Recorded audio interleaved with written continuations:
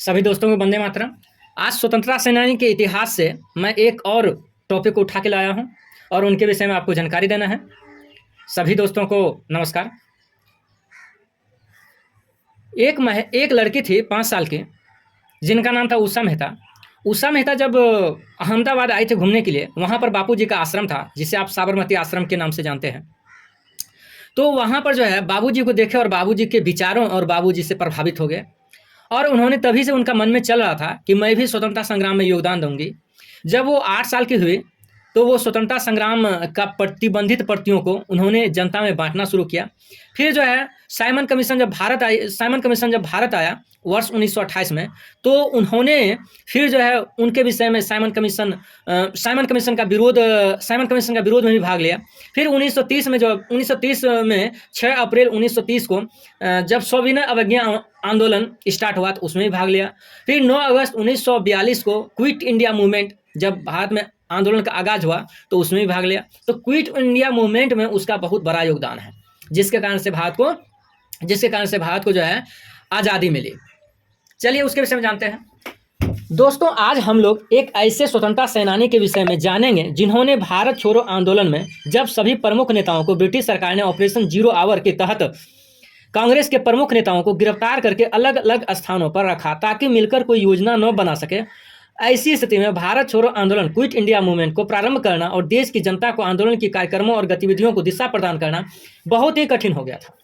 इसी कठिन परिस्थिति में आंदोलन को दिशा देने के लिए उषा मेहता ने एक गुप्त कांग्रेस रेडियो स्टेशन की स्थापना बंबई में किया, जिसमें उसे राम मनोहर लोहिया का भी सहयोग मिला। इस रेडियो स्टेशन द्वारा प्रसारित कार्यक्रमों की सूचना मद्रास तक सुनी जा सकती थी।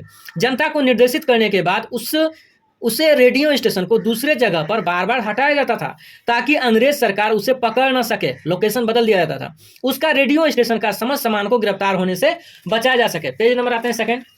अपने रेडियो प्रसारण द्वारा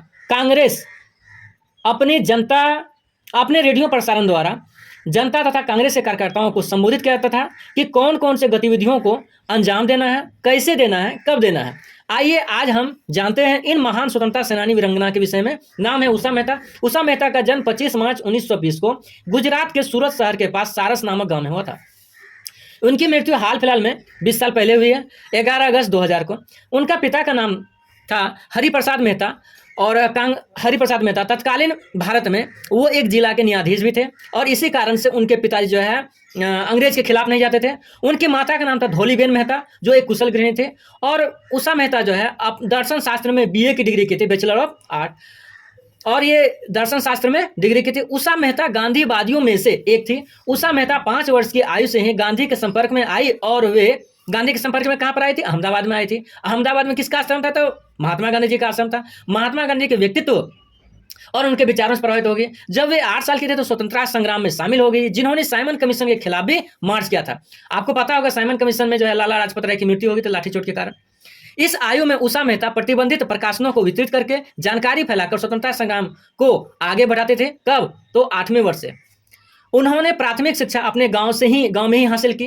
विल्सन कॉलेज से दर्शन शास्त्र में डिग्री ली, अर्थात BA की डिग्री ली। इसके बाद उन्होंने जो है कानून की पढ़ाई शुरू की, लेकिन तब तक 1942 आ गया था और 1942 में 9 अगस्त 1942 को भारत छोड़ो आंदोलन का आगाज हुआ। लेकिन भारत छोड़ो आंदोलन में भाग लेने के लिए उसे बीच में ही छोड़ दिया। किसे बीच में छोड़ दिया? तो लॉ जो कर रहे थे उसे।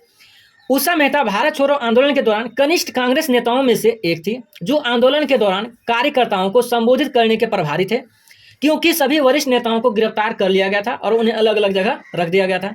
अलग अलग जगह रखा गया था। आपको पता है कि महात्मा गांधी जी को आगा खां पैलेस में रखा गया था, जो बंबई में है, जो आगा खां पैलेस जो पुणे में है।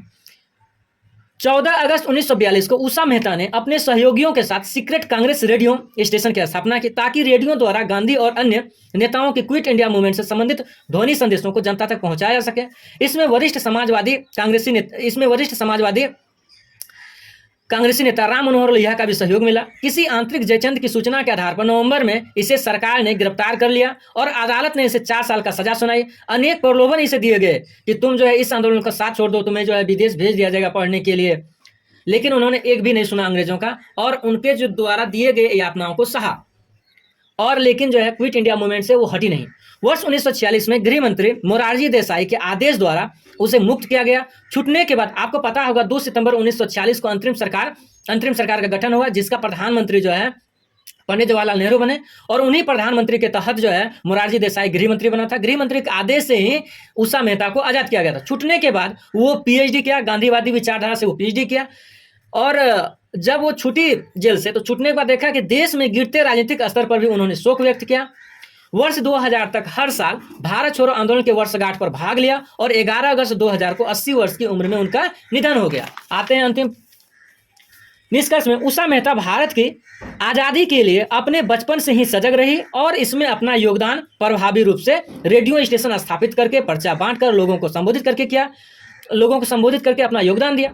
इतने प्रभावी संबोधन थे कि जनता भली भांति समझती थी, बताए गए कार्यक्रमों का अनुसरण करती थी, अनुपालन करती थी, जो भारत की आज़ादी की अंतिम लड़ाई सिद्ध हुई, और भारत की आज़ादी में उषा मेहता का भी एक अमूल्य योगदान हो गया। तो ऐसे व्यक्तित्व के धनी, क्रांतिकारी और स्वतंत्रता सेनानी महिलाओं को मेरा नमन। मैं अपने चैनल के माध्यम से जीएस बाय संजीव आर्या के माध्यम से नमन करता हूं, और आज हम लोग जो है उसे जो है याद करते हैं। जय हिंद, जय भारत। दोस्तों, जो भी वीडियो देख रहे हैं सभी दोस्तों को धन्यवाद। मेरा वीडियो पर कमेंट करें, लाइक, सब्सक्राइब, शेयर करें, आपसे आग्रह है।